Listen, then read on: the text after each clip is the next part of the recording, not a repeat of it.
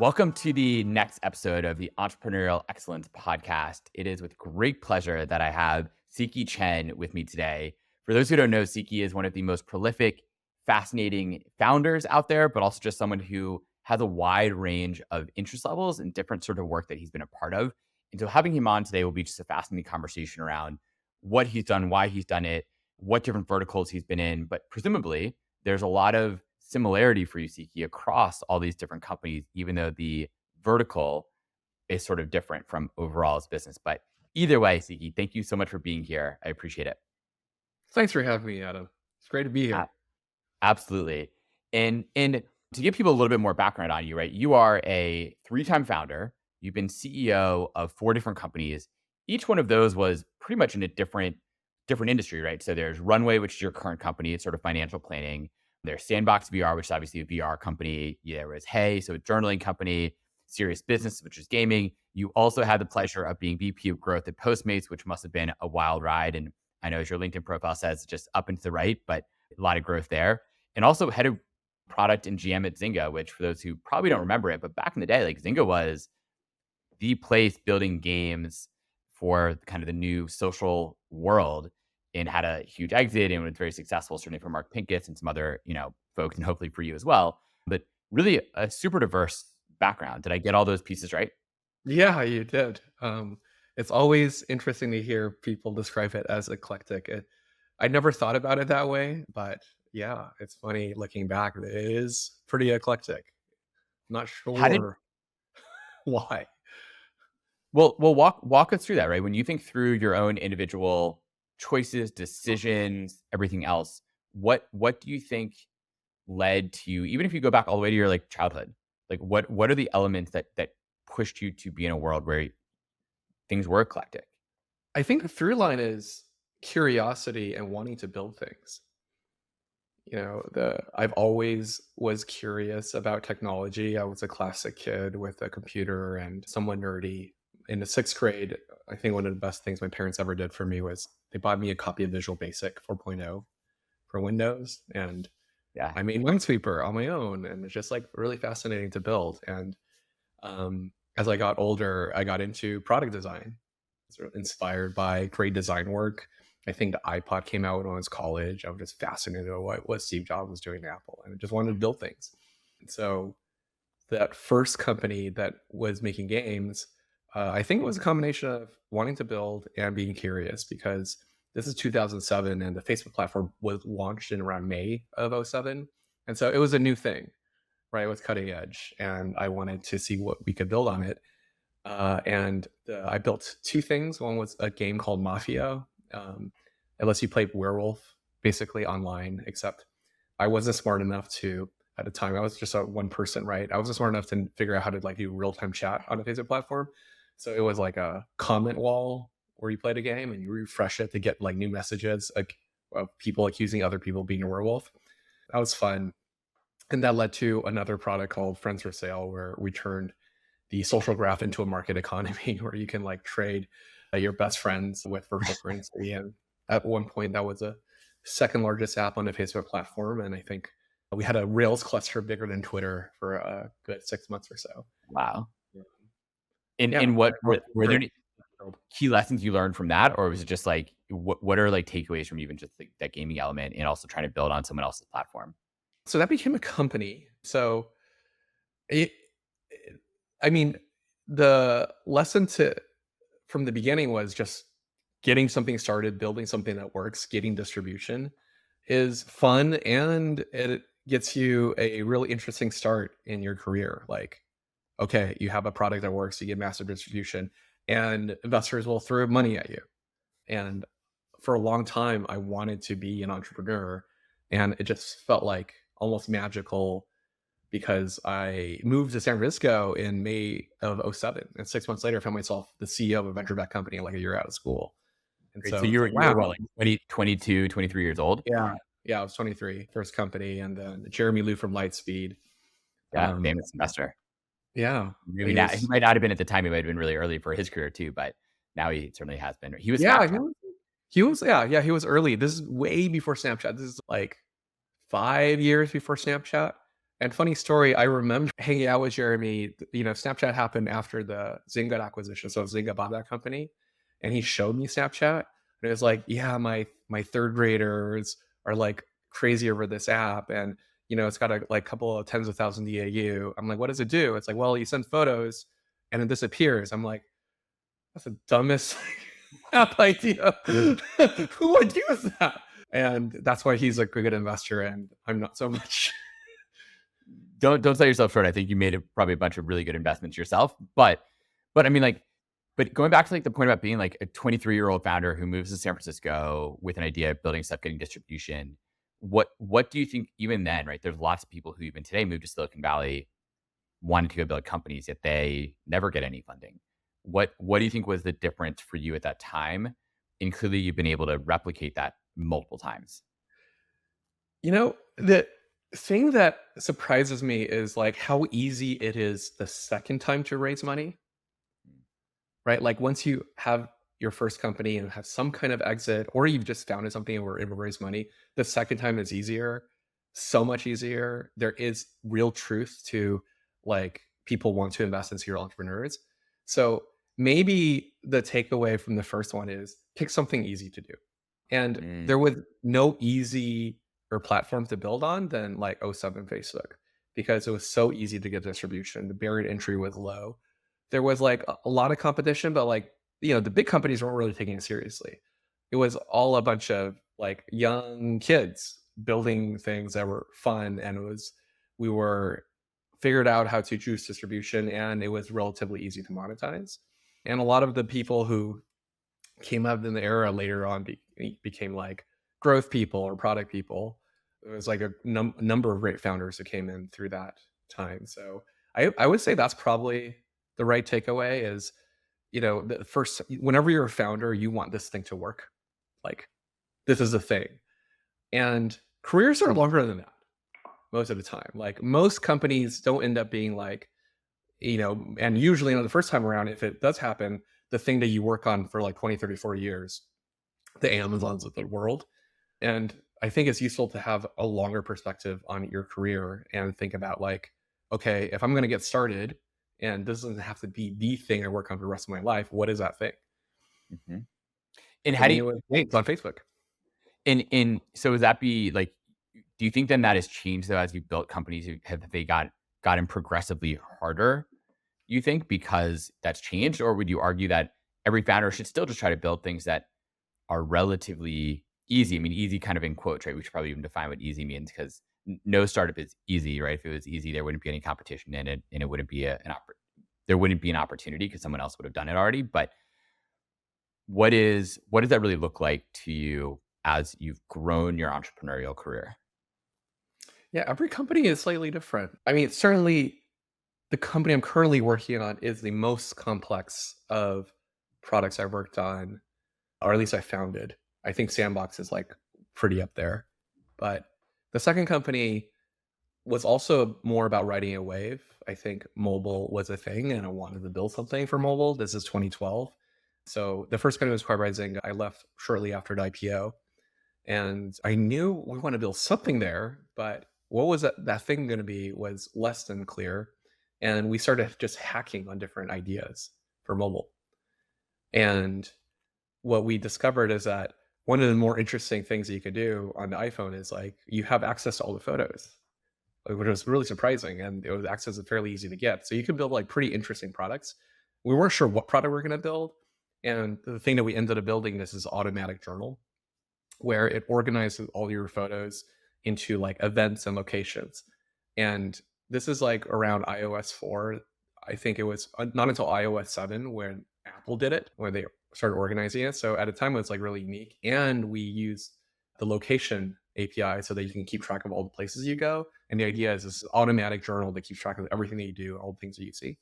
And so that was also a reflection of like just curiosity of what is it like to build something and wanting to build something. And that was the first mobile app we built. It ended up being a global editor's choice in Apple, which is like really cool. But the takeaway there is you can build something really cool that Apple really likes that gets like millions of downloads, and it still might not be a very good business.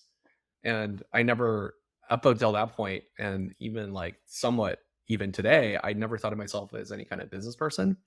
And so Runway is quite different in that it is very much a business for businesses. And so I try to take a little bit from every venture that I've done and do something new the next time. For hey, the journaling stuff, what was, I mean, did you end up exiting that? How did that, what was the outcome of it, right? So you were sort of ahead of your time. You saw the way the market was going. You built something great. I actually remember, hey, when it was around. And what ended up happening to it in, was it sort of like ride that wave, but get off the wave as fast as possible, sort of like because market changes or, you know, Yeah. comes in and builds what you're building and you're done. Yeah, that was an extremely character building experience. So we worked on Hey for about a year and a half before we launched it.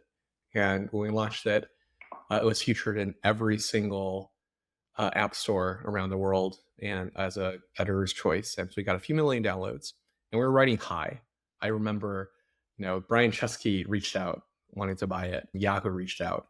It was 2013. And I should have taken any of those deals. Maybe probably should have taken a Yahoo one, but like if I think that Airbnb deal, that would have been really incredible. Hindsight is 2020. But what happened after is we quickly discovered that this is not a good business in the sense that this is a private journal. It's hard to get distribution. The willingness to pay was fairly low. And this is like 12 years ago. So mobile wasn't quite as big as it was today. And when we founded the second company, we knew that, okay, in our back pocket, we have this idea. If all else fails, we know this is going to work for sure. But let's not do that thing. Let's do the thing that's fun that we want to do, which is like making this journal thing. And the idea in the back pocket was, let's just remake that game that we made for Facebook, but for Twitter on your phone. And that game was called Friends for Sale. And so we launched Heyday, and we worked on it for, I think, another year or so. And we decided that, okay, this is not like a viable venture scale business. I think like when you raise money, like it has to be one of the largest, a potential to be like one of the largest companies, right? A few $1 billion or so at least. And we didn't see a path there. And so we decided, okay, let's like pivot to this. We knew this is going to work. It could be pretty large. We know how to monetize it and how to distribute it. So we remade that game and we called it Stolen.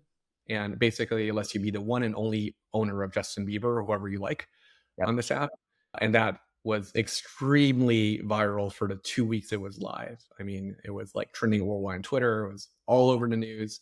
We were getting pings from every VC in the Valley wanting to invest. And then we got pulled from the App Store because a congresswoman wrote an open letter to Tim Cook and Jack Dorsey saying like, we opened up a new avenue of harassment on Twitter, which to be clear, never actually happened. Like nothing bad ever did happen on this app. It's just like people were upset that like someone could like give someone a nickname. Do you think any of your competitors somehow tried to get her involved, or was it just like, what was her? We had competitors. Like it's not like there was other competing like social apps where you had the marketplace. But why did the senator care? Well, so someone tagged Zoe Quinn, who was like in the first wave of Gamergate, and she took a screenshot and added Catherine Clark, who was a congresswoman, and saying like she's very upset about this. And so anyway, Jack didn't care because he was on the app for like 3 hours a day and spent like a few $1,000s on it. Tim Cook never play with it, so he didn't know what it was about. So he just like pulled us from the App Store. So then we were basically out of money. Like, that was our thing to keep going, tried a few different things. And then we went for an acqui-hire and we talked to a few companies. We talked to Pinterest and Uber and Postmates, and all three gave us offers. And we went with Postmates because, well, frankly, they paid more money than everyone else. But also I actually understood what they did, which I couldn't say about Pinterest. Like I get it now, I use it, but like when I interviewed Pinterest, I talked to about probably a dozen people and everyone described what Pinterest did differently. That's a problem. It's a run product. You don't know what it is. Yeah. But yeah, that's the second company. And so for that, like, is your lesson takeaway from that? I mean, like, should most founders think, hey, I should sell when you have the opportunity? Like, what is the? Ooh, it's hard to say. If I'm talking to like Mark Zuckerberg, like probably he shouldn't listen to my advice, right? So you're saying like every time, if you have the opportunity, to sell for a good price? Or is it even not even like, let's say a great price over and above what your investors put in a short time period? Is that like go sell? It totally depends, and there is no right answer. It depends on the founder and the company. But here's what I will say that is useful. When you most should sell, or when people most want to buy, is going to be when you least want to sell. Yep. Inevitable, right? Like when people most wanted to buy, heyday is when we launched on the App Store. It was everywhere. People like were going through the product and like, wow, this is such a high quality, really cool product. And everyone was like, we need to look at this and see what we can do. And that was when I was like, we're going to take over the world. This is going to be the next Facebook on your phone, except kind of private, And of course, I didn't. And conversely, when you most want to sell is when people least want to buy. Like when Yep. you're out of money and things are working, ain't nobody wants to buy you. So just being aware and self-aware that that is going to be the psychology will help you make a better decision, whatever the right decision is. Yeah. No, it's a great point. I mean, and do you think then, like when you think through actually some of the companies you went to, right? They probably had their own acquisition offers, right? So if you think about like Postmates and like Zynga, both of those, right? Mark Pincus didn't sell Zynga. He probably had an opportunity to sell Zynga at some point and didn't, and went public. Postmates probably also had an opportunity to exit at some point, went public. What do you think made those founders or those companies different than, let's say, the companies you built? And frankly, by the way, most entrepreneurs build, right? There's very few that make it to the we're going public stage. For those specific examples, it's not clear to me that who is going to buy Zynga or Postmates early on. Mm. Like Uber eventually bought Postmates, but I'm not actually aware of like any acquisition before. Maybe there were, but what is a thing? Like for Like me, it was wanting to make it. yeah. Like I think your peer groups really have a large influence on this. And it probably has like a bigger influence than any other factor. And like when I look back and talk to a lot of founders, like what you think is possible to do depends on like not just like what you read about, but like knowing somebody who did that, just like fundamentally is like, oh, okay, like this person did it. I know that person. He's really good, but he's not like just like unreachably like more talented than I am, so I can do it too. And that was like one of the best things that happened to me when I moved to the city in '07. It's like meeting all these people, right? Like, Drew Houston, Howie from Airtable, like, oh my God, these people like Gary. Gary was like, just another buddy of mine, right? And like seeing all these people and what they've done since he's like, okay, like this is normal. Like accomplishment is normal, it's achievable. You just got to like be willing to try. And so is your advice then for at least, let's say, or people who want to be in the tech startup ecosystem and build like a VC back type of startup, is it to move to places where there's a larger group of people who have that mindset? Is it sort of like move to the Bay Area, do things like that? Or it's so maybe to restate it, is one of your key piece of advice, surround yourself with other people who are also attempting to build. Yes. I think in retrospect, that is like probably the most impactful thing I've done is to move to San Francisco. And this is like actually a completely new realization I'm having like in real time.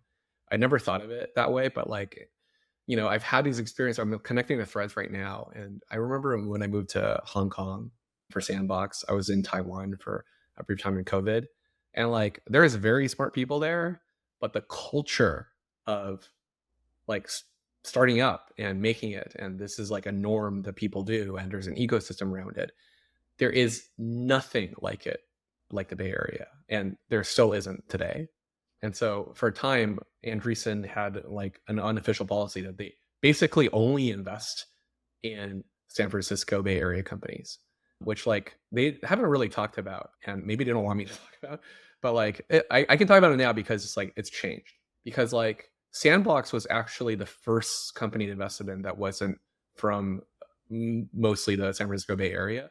And the only reason why they chose to is because Steve was actually born in San Francisco, even though he lives in Hong Kong now. And I'm like kind of San Francisco, even though I moved to Hong Kong to work there. So they like we checked off that box, but that was an explicit part of their investment thesis as a firm. I mean, if it makes you feel better, I've heard this from a number of other top tier investors, including one of the most famous ones. He recently said that he moved back to the Bay Area, actually, literally because his analogy was essentially, why invest in, if you're going to invest in gold mines, like you got to be in a place where gold is being mined. And therefore, as much as he actually, I don't think loved necessarily the Bay Area for other reasons, this was the place. If you want to be a good investor, you need to be around the best companies, and they're all located in this Yeah. area. Mindset. Yeah, Naval told me something similar about So investment. Naval was what I was thinking about. Yeah, okay. Well, then he told me the same thing then. Yeah. Like he's I think his phrasing was, like you should invest in all of your friends because you live in the gold mine. Yeah. Yep. Yeah. And one of them are going to hit it and make it happen. Right. I think that also, how does that relate to like failure as well? So what I mean by that is like, I remember going back my old days too, and you probably maybe went to this conference too. There was something called FailCon in San Francisco, where it's all about failures. And literally Travis Kalanick was the key speaker at that in early days of Uber. And it's one of those things where people celebrate failure, which I don't think happens in a lot of other places. And it's sort of acceptable, like, to fail, right? Yeah. People would look at your back and say, you've been an incredibly successful founder, but like, no, you've had failures. Like, you've had things that Yeah. happen. Yeah, my thinking on it has evolved. I think like there was a time where it maybe over rotated. People are like very like celebrating a failure and with a failcon. I think like failure is kind of failure. Like it's not a good thing. Like there is like I don't know who I read it from, but this idea that like, oh, failure is a good thing. It's like, no, actually it does mean you fucked up and you made a mistake. Like, and so you should probably try to like take that and get smarter. Like it's not in and of itself a thing to celebrate. But what is really healthy is like our tolerance for it, right? Like as an ecosystem and our willingness to try again. Like there's a sense of resilience that creates that I think is incredibly valuable for value creation. But in and of itself, like I think over celebrating it probably is like the wrong thing. Yeah, you don't want to, I would agree. You don't want to over celebrate, but I do think there's a willingness to accept that failure is part of trying new things and being an entrepreneur. And it's not looked down upon. It's not part of cultural looking down on someone to say, oh, you failed. More like, hey, you tried. Like, let's celebrate that you tried. Don't try to fail, but like, let's celebrate at least that you tried is a huge win in and of itself. On that note, I mean, we'll go back to one of the questions that I usually like to ask right at the beginning, but we sort of jumped into it. How do you define, right? This is called entrepreneurial excellence. How do you define excellence in your mind as an entrepreneur? I mean, I think it is about the outcome of winning with durability. I think both are really important.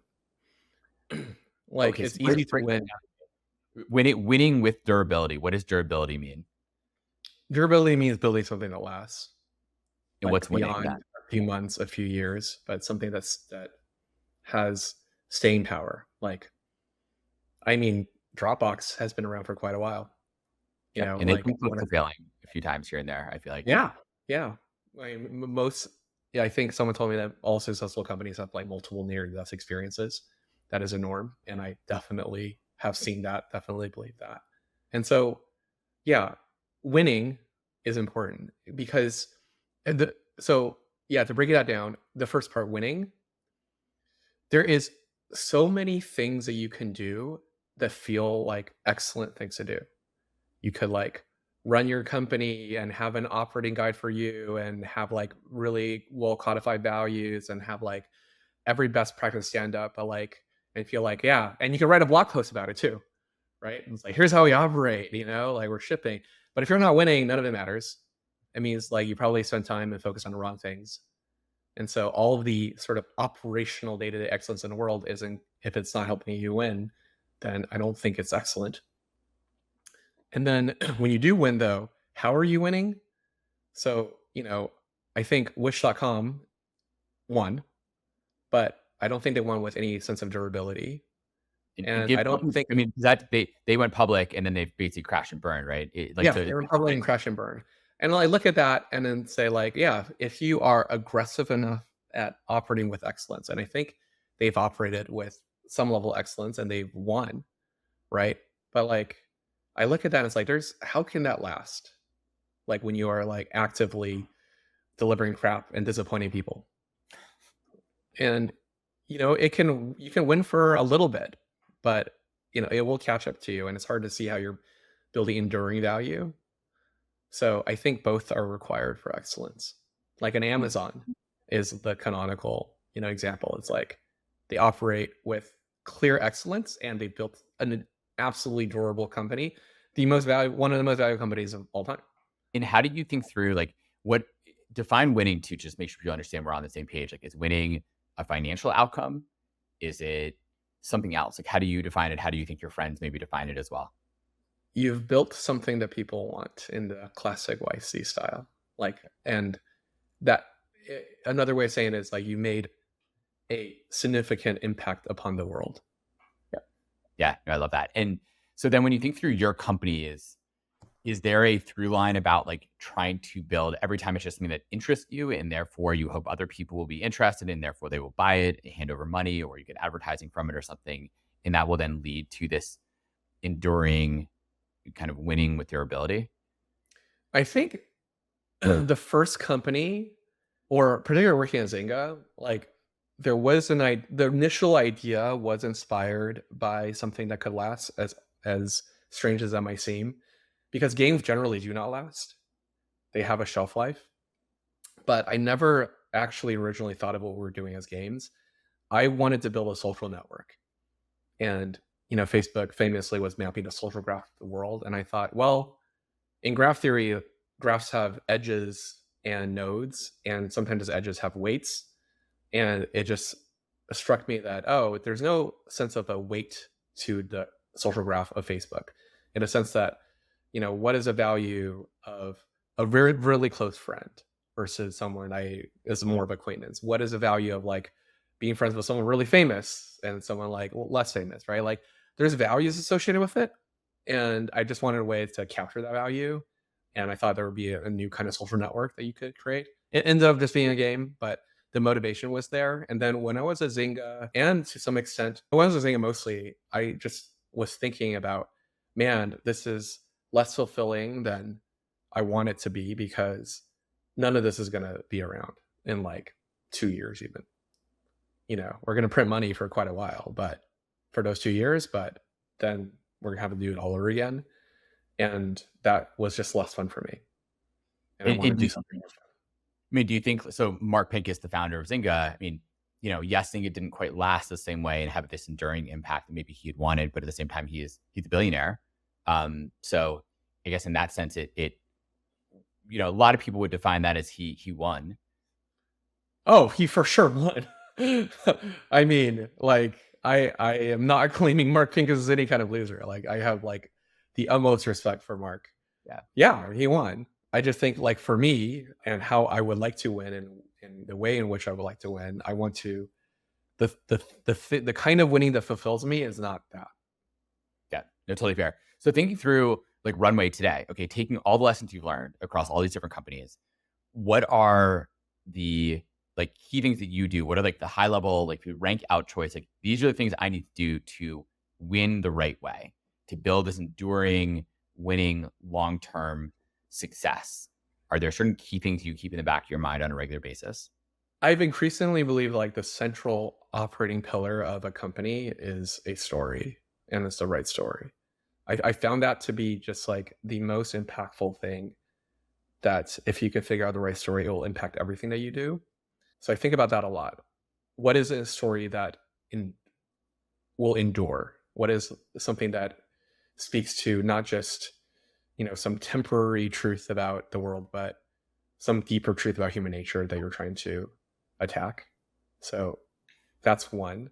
I want to dig on there for a second. What are the stories that you tell? I mean, if you are open to talking about, like, what are the stories you tell for Runway?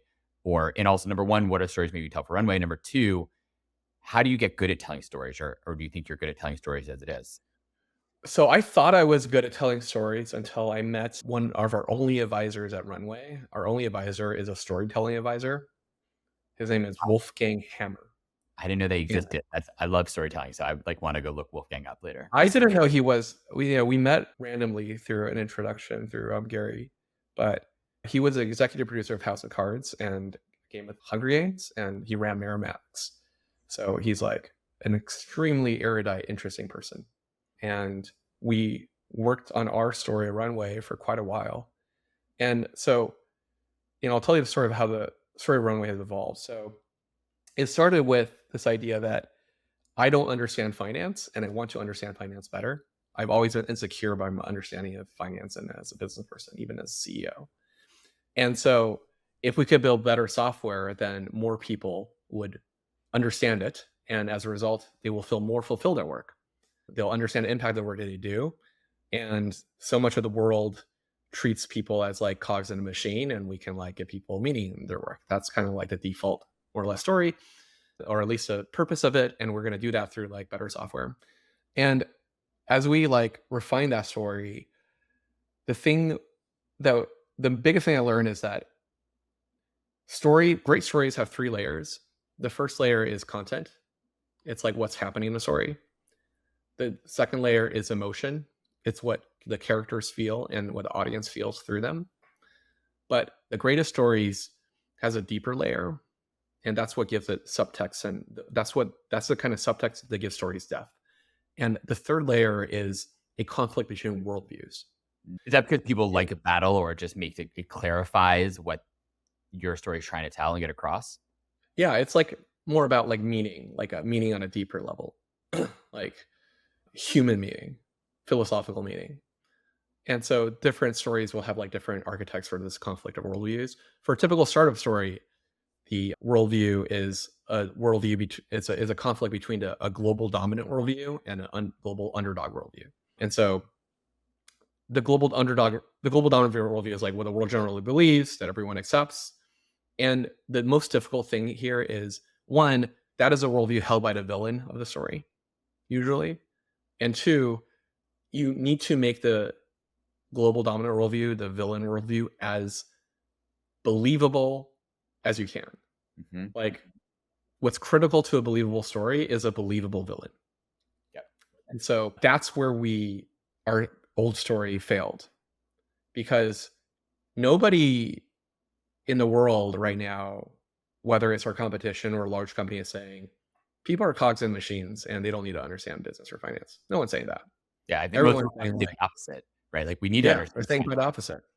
Right. So if we take that as a villain, like what happened is that by default, then the story is less believable. But two, it's the same story that everyone else is saying. Collaboration and like making work more fulfilling and all these things. And so we refined that, and we spent a lot of time trying to give like full faith and credit to the global dominant worldview. And the global dominant worldview today is the world is changing very quickly, and the expectations on a CFO is higher than ever to be more strategic, more collaborative. And thankfully, we have amazing products out there that save the CFO, the save time for the CFO, and makes it easier for collaboration to happen through better reporting and controls. And that's where we are today. And so the global underdog worldview points out a subtle lies in that global dominant worldview. And like, as stated, like, what's wrong with that? It sounds great, right?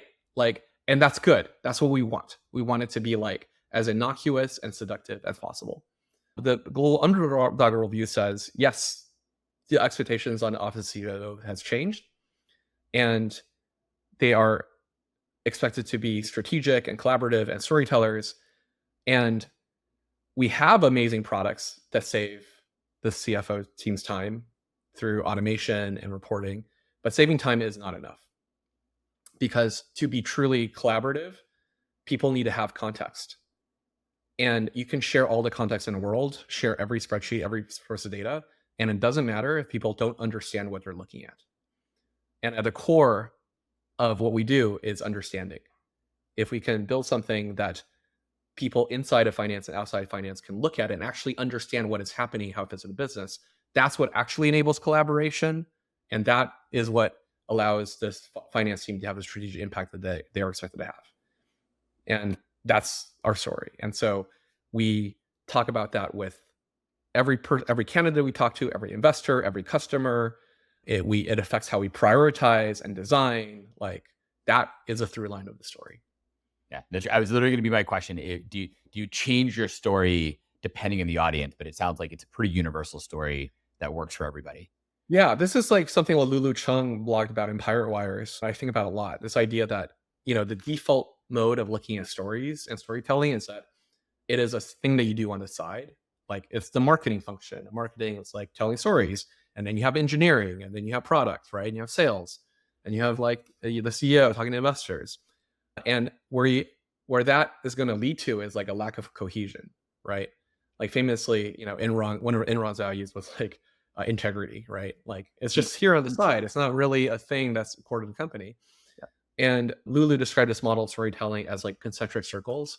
Like it starts with the founders, then it goes to leadership team, then it goes to the wider team, then it goes to like your investors and customers, and then it goes to a wider world. But it's all the same story.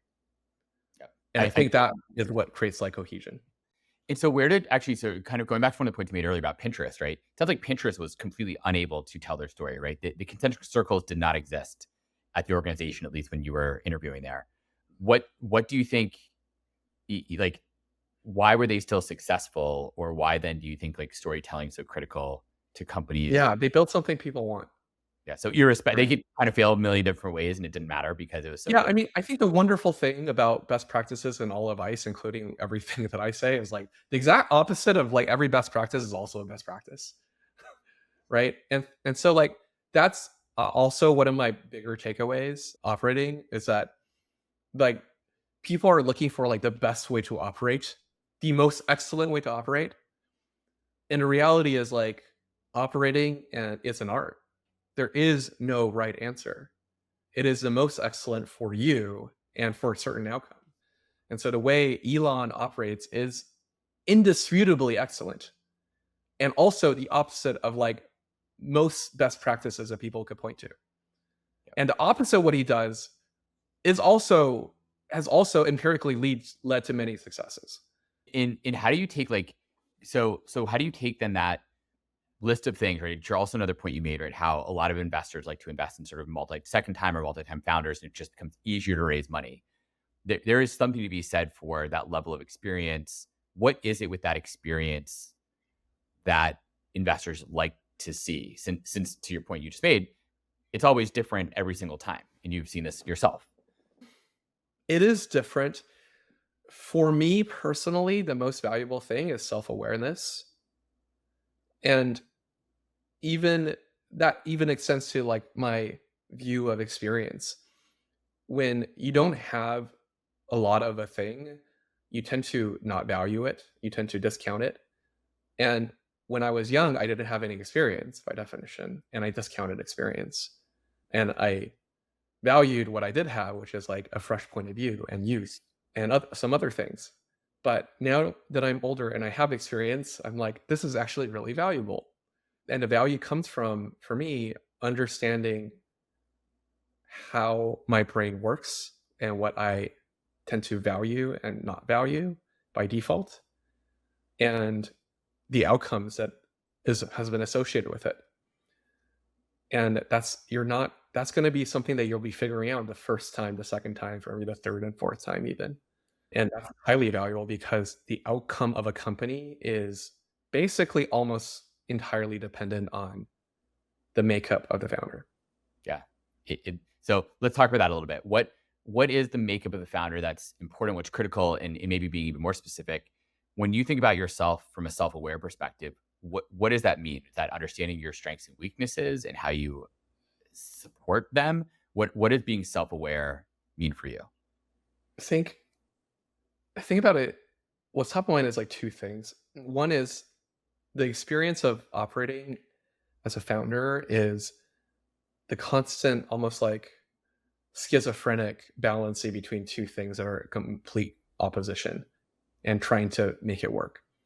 So what I mean by that is one of the things you have to do as founder is like have a very compelling vision and mission and story so that you can raise money and you can convince people to join your team. And that's inherently a long-term thing, right? And these are all things that haven't happened yet. It's pure storytelling. And at the same time, to get there, you have to be very tactical, step by step, think in the short term, think about what is the thing that's going to give you the most momentum. And those are two extremely different modes of thinking. And what happens very frequently, almost unavoidably, is that one seeps into the other. Like you have this long-term point of view, and then you go straight towards it, and you don't talk to customers or something, right? Or you are very good and tactical, and then you talk to customers and investors about the tactical things you've done, and no one's excited. And so balancing all of these different things that are in conflict is very, very difficult to do and takes experience. Do you find So that that's also like, is that also part of the self-awareness piece? I found a lot of more junior founders have a very or early stage founders, maybe not, junior, the first time founders basically have a lot of SOS, which I define as shiny object syndrome, where mm, they are bouncing around a lot. Whereas I've at least personally found that the more I stick with, as long as something is working, even if it's not working quite as well as I might have hoped for, the longer I stick with it, you start finding these almost like strategy credits. Like things will pop up and like, oh, I'm so glad I did all these things because now I can go to this next yeah. stage. I didn't even know this next stage existed when I first started these small things, but it led to this next big step. Whereas other founders will just jump around and be like, oh, we're going in a different direction today, in a different direction today. And it's like you whiplash. Yeah. I mean, I think that also depends, right? Like you can win both ways. One of the companies I invested in is a company called, eventually what's called Streamlabs, but he pivoted 20 times. Wow. Like actually 20, like it was 2-0. And there's like real pivots. Like you're saying, like they literally were like, we're started in finance and we moved to biotech or something, like some crazy pivot. Like, I mean, like they started with Zipcar for luxury cars. okay. And then they did Slack, email tracking, an ad network. They bought a esports team, and then they did FanDuel for esports. And eventually they sold to Logitech for $250 million building OBS, which is like powers a third of like all Twitch streamers or something like that. Wow. So they true pivoting. So there's and the example of Other this. thing is like, and I wouldn't recommend this, but they just like, we refuse to lose $1 of our investors' money. So Which it's is actually that's maybe another question then, right? So which is like, is there an element for yourself as a founder? And I still want to come back to all your key things that lead up to like being a good founder, but like, are there elements, this example of Streamlabs, but also yourself, are there key elements where like you need to have X? Is it like just utter relentlessness? Is it utter drive? Is it curiosity? What are the key things when you think through all the companies you invested in, not just ones you started or the other founders that you found have had the most sort of entrepreneurial excellence and success? Are there certain character traits that you're like, yeah, like this is clearly someone I want to invest in or work with or work for? Yeah, it is that balance between a willful persistency in pursuing the vision they have in the world. Like there is something that they see about the world and they have extreme high belief in their agency to make it happen. Unreasonable belief. And they're also very practical. Which is like that's what I think that's what makes like great founders like actually rare, in that you have to have a balance internally, and you can develop it over time, of very conflicting personality traits. That because Um, it is, I mean, that's one of the things that is so hard for people to really understand. It's like you essentially have to be insane enough to think you're going to create something brand new in the world that doesn't exist, that no one else has seen and no one else has tried, and then be calm and disciplined enough to actually try to go build it and take yeah, all the time and energy to build a product, yeah. go to market with it, all those things too, which are It's different. a combination of delusions of grandeur and like real humility in how you get there. That's very uncommon. I think experience helps in one specific way here, which is that it helps you understand expectations a lot better, set expectations a lot better. So what I mean by that is like with Runway, for example, we're 4 years in, we're still technically not generally available, although we've been building and talking to customers, and we have like many great paying customers, but like still not launched. And it took so much to build to really get you to get your foot in the door. And what's been really helpful is experience of like, this is going to be hard. That is a norm. We're probably going to die, like all these different things. And that just makes it easier to keep going. So experience, I think, does help with persistency. Like, you know, if you don't have that, then the experience is mostly going to be everyone else is killing it and they're killing it so quickly. I'm doing something terrible or wrong and I should probably just quit. Mm. And when you on that note too, when you think through your list of people you've met over what the 16, 17 years you've been in the Bay Area, I've been there about 14 years. A large majority of at least people I know who were there in the early days are not there anymore. There's only a small subset of people who are sort of stuck around and stuck with it.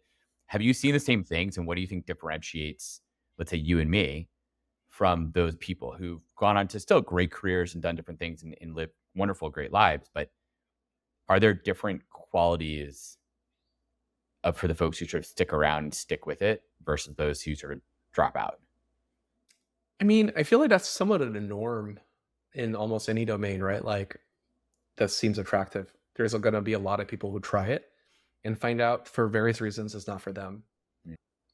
I think if the most of the reason why you do something is because it seems attractive, like the ROI seems good, right? Like there is an element of status and financial returns, then you're probably not going to make it, right? I imagine that people stuck around is because like, what the fuck else are we going to do? Yeah, totally. Right? This is it. This is who we are. This is what we do. Like the status, the financial outcomes, like are sometimes like great. And that's fantastic, right?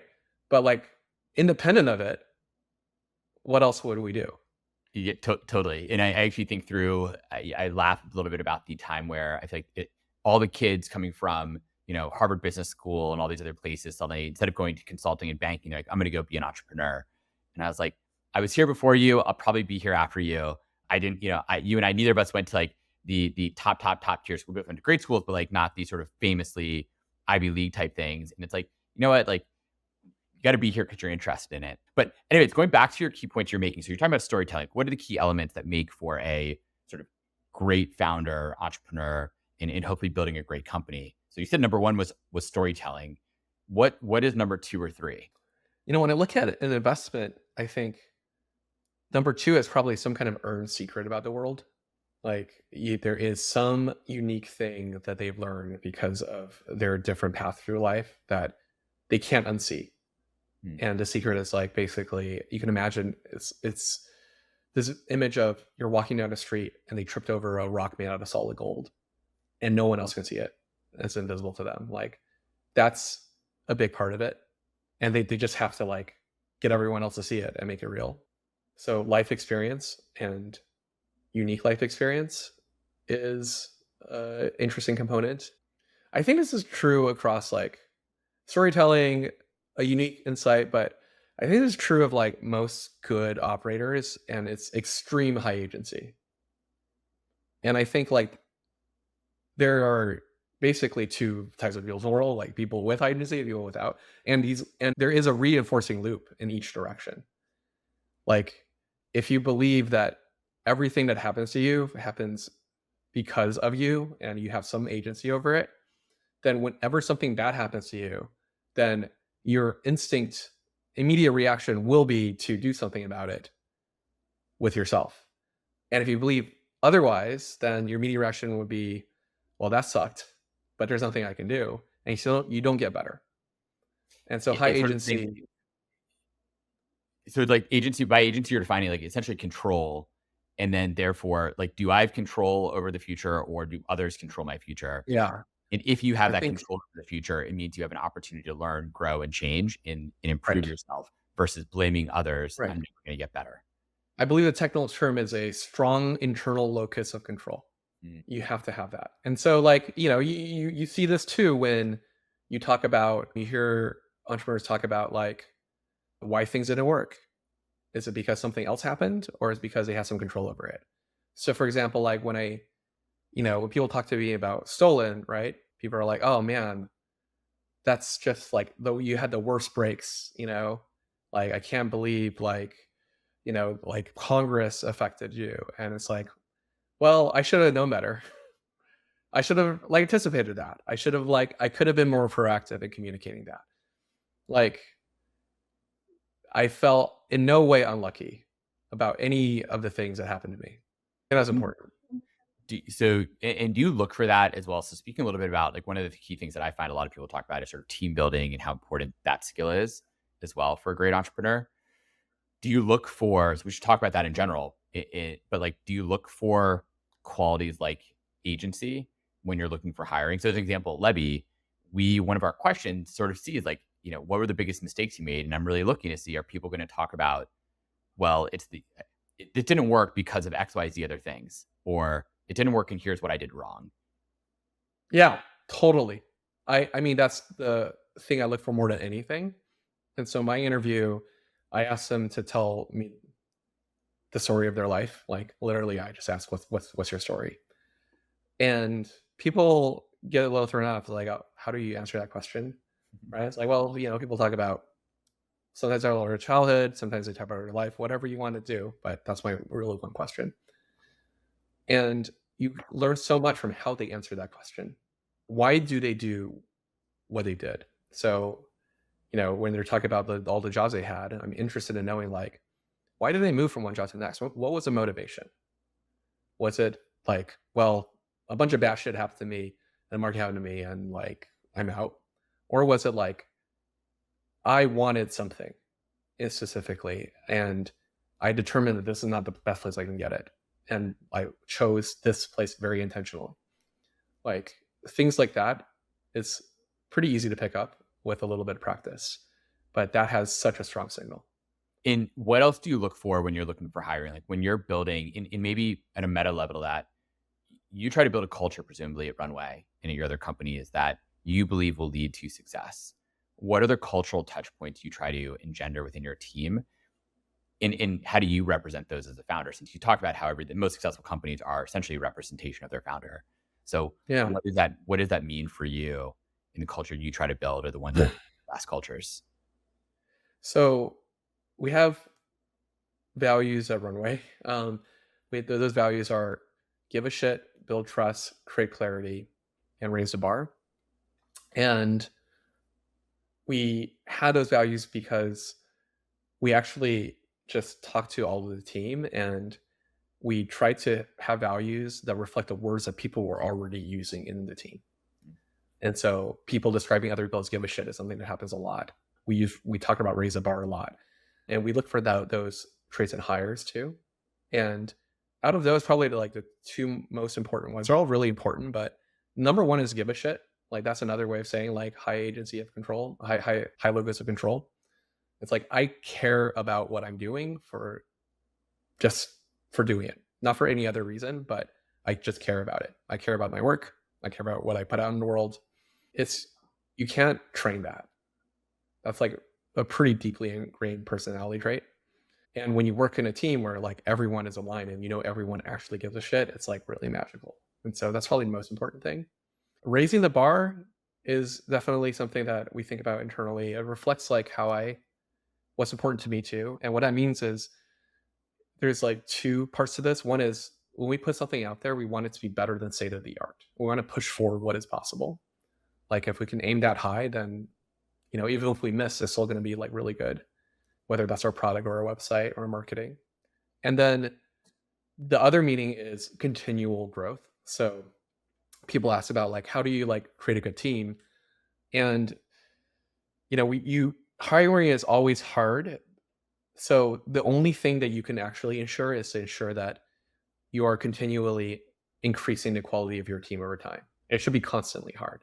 So as Runway has grown and gotten more traction, it's gotten easier to hire. We get inbound, but it's still constantly hard in that we don't hire any faster than before. We can just hire like people that we couldn't reach before, which is good. And so that's why that value is important to us. How do you make sure you're raising the bar from a product perspective without also crapping on everyone's work as a founder, right? So I think it can be very easy to be like, this isn't good enough. This isn't good enough. So I guess question number one is how do you do that in the right way and kind of reinforce that without it being a negative sort of thing? And then sort of secondarily, how do you know when it is actually good enough to ship? Yeah, I think it goes back to sort of like the art of balancing these two like irreconcilable things, right? Shipping, like tactical execution and vision, shipping and quality.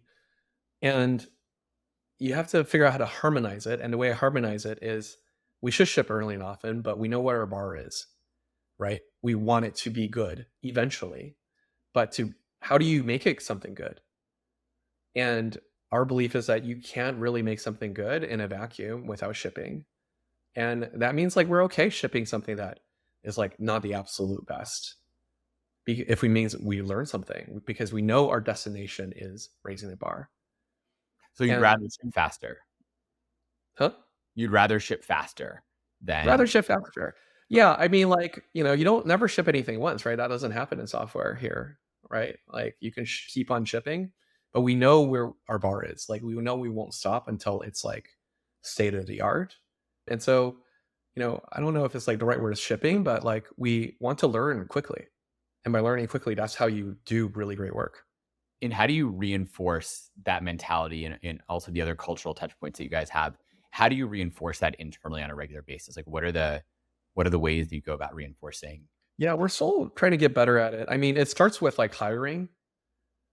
And I mean, the two obvious ones is hiring and performance, right? So we have the values and like we literally rate people on these four values during the interviews. In terms of raising the bar, we have raised the bar questions. Like the two questions we ask is, if we hire this person, would you be happy working for them one day? If they started a company, would you think about joining them? Is this person going to push you to be better? Is this person better than the average person we have on a team? And we want all of those answers to be yes when we hire. And when we do performance reviews, everyone gives feedback on how people perform on these things. So those are probably the bigger touch points. Then we do smaller things like we do kudos at all hands and also asynchronously. And I think about 80% of the time, I think we have literally talked about this at a leadership meeting, and we looked at the channel. About 80% of the time, people will explicitly reference one of the values in the channel when they're giving kudos. So that's good. It's fine. It's not 100% of the time because it's not like all encompassing, but like that's a good sign. So frequently and also less frequently built into the systems, but more is more with values. Do you interview and hire every single person at the company? Yeah, definitely. I mean, for sure. Like we're still around 40 people today, Okay. but I just can't imagine that me not doing that. We also have an internal goal to never be more than 100 people at Runway, so I think we'll probably keep it going if we achieve that. Why that internal goal? What's the thesis? The thesis is that we live in one of the most interesting times to be a founder and operator, where instead of scaling with headcount, you can scale with increasing AI leverage. And so by having an explicit cap here, we force ourselves to take advantage of that earlier. So you're pushing yourself almost on a daily basis to use more AI. And do you push back when someone says, "Hey, we need another person on the team"? Do you usually say, "Well, can we maybe do that job with AI instead"? If that's something you just do on a Yeah. So I built this automation. So we launched our website, and I was on a Zapier. Was the Zapier marketing team did a bunch of co-marketing with us on this because they haven't seen this before. And I didn't think it was a very complicated thing, but a year ago when we launched our website, we were getting multiple leads a minute, and we we're getting overwhelmed because when you get a lead, you had to like qualify them and send them an email they're qualified, and reading that many leads, like it's really time consuming. So what happens today when someone signs up on Runway is you get into a Zap automation where we filter out through GPT free email accounts, and then we call Clearbit. Clearbit gets us a bunch of information about who the lead is, what the company is, and then we have a ChatGPT step that says, "Hey, is this lead qualified based on this criteria? If yes, go to the next step. And if they're qualified, then we tell ChatGPT, or in this case, the GPT API, here is what we do at Runway, and here's how we talk about them. And here is what this company does. Write us the most clever, customized email, and then put it in the drafts folder of our sales team. And when our sales team wakes up in the morning, they have a bunch of pre-written, pre-qualified emails that they just need to press send on. And that's the thing I built myself to set an example for like, this is how we increase leverage. That's amazing. It sounds like every company should be doing that or some version of that at some point because it increases massive Yeah, I think there's products that do like this now. I'm an investor in one called Automatica, and it does basically more or less this automatically. But yeah, this is a year ago, so like this is fairly nascent. But yeah, there's so much is possible, and models are getting better daily. Like we have a great new state of art model that came out just today. Yep, I saw it. And okay, so as you think through like all these different so are there other key things you think through when it comes to either go to market, sales, company building, culture building, hiring that are critical for a successful outcome? All the things are. Yeah. It really depends on what you're doing. Like that's the thing about advice. Paul Buckheit. Yeah, I think like that's probably the thing I think about a lot. Like Paul, he was the creator of Gmail back in the day, and he has this amazing quote about advice.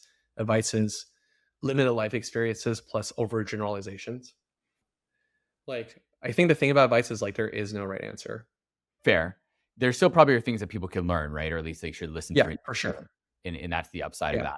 that. Sort of along the lines then, are there certain cultural elements that you think companies like, you think through what you mentioned, Elon Musk, but there's also sort of Jeff Bezos, Steve Jobs, Bill Gates, these sort of great founders, right? All unfortunately sort of happen to be male that is brought up, but like still great founders out there. And they kind of like, they're kind of hard about what they do and how they do it and what their culture is. And they're working nonstop, crazy hours to get things done. Do you Yeah. think that is something that is healthy, replicatable, or not necessarily for most companies where you have to have some level of hustle, but it's really more of a long race, not a sprint, a marathon, not a sprint. I think it's a very fast marathon. So both are important. Yeah. But, I've experienced this recently too, where, I was working with an executive coach, a new one. She's like really good. Have you watched Billions? Yeah, yeah. Great show. Okay. I So need she's to the, dropped off after like season 5 or whatever, but yeah, I watched it. okay. So she's the character that Wendy Rose was based on. Okay, so she's the amazing coach then. Like a really, and I had a great insight with her because like we're talking about like, okay, how is Runway going? And I realized that like I would rate everything as like a 9 or 8 or out of 10. Like things are really good. And I was like, the only thing is like people will make it a 10 if like people are working like Chinese hours, Like you that's know? 997, right? Yeah, Base. 997, right? Like that would be like amazing. And we dug into that a little bit, and we dug into like why I felt that. And it's like really it just comes from insecurity.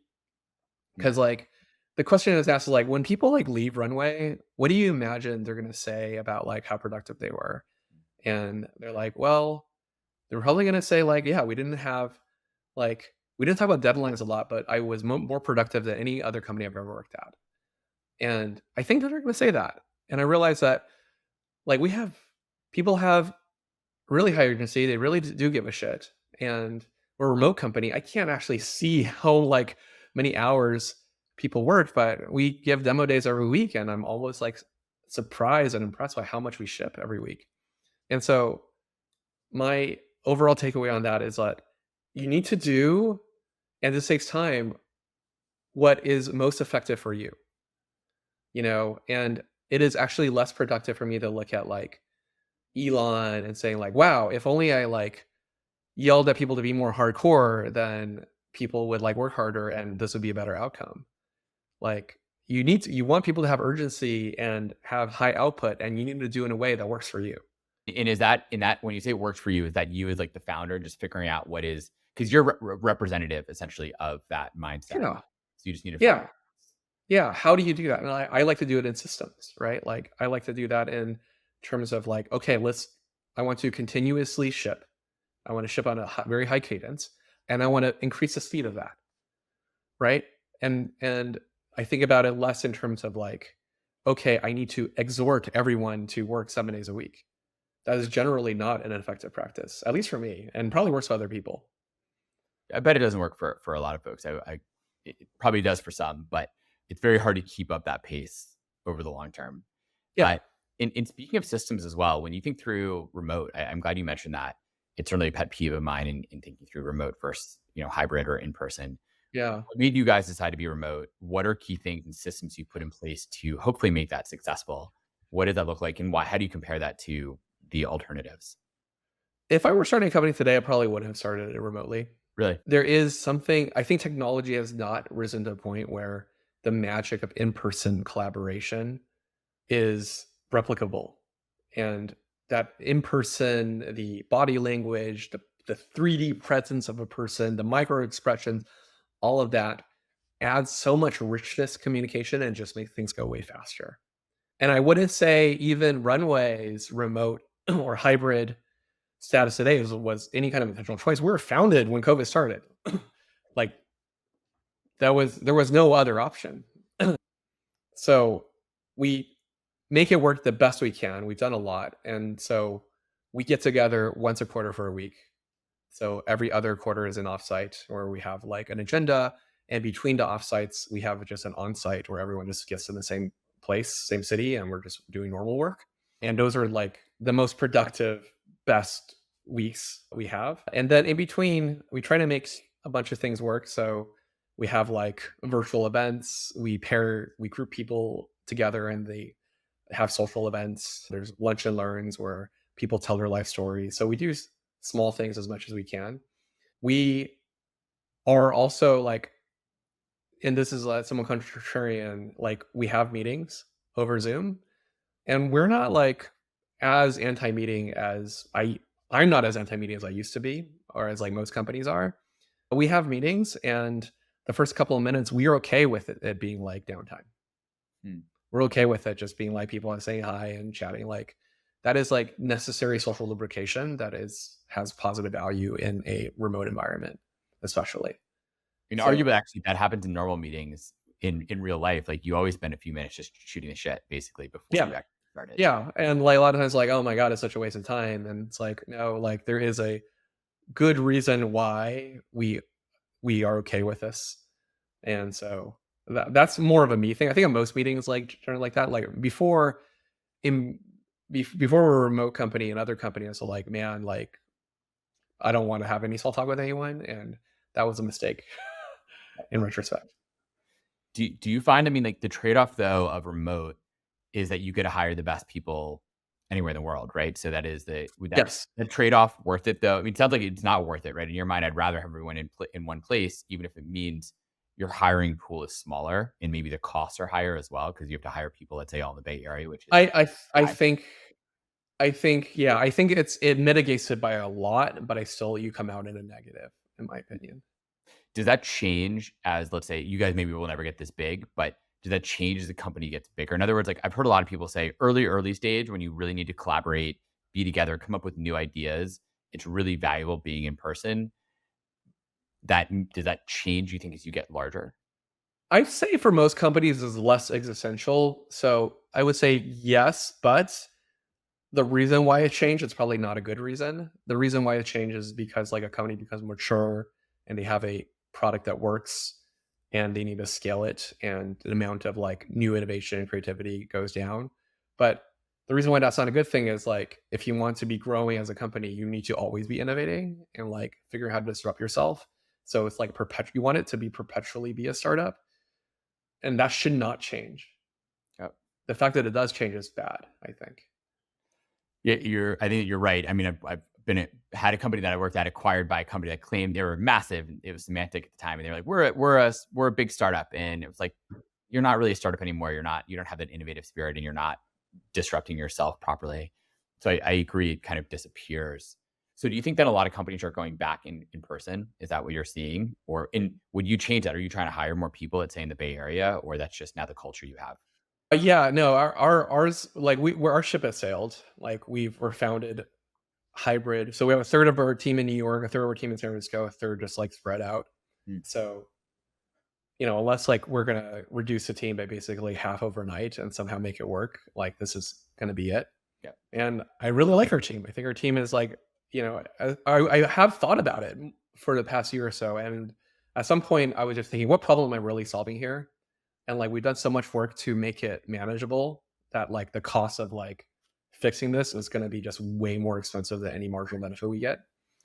So we're not going to do that. But yeah, I'm seeing like I think the zeitgeist is that for new startups and for large companies, like in person is good.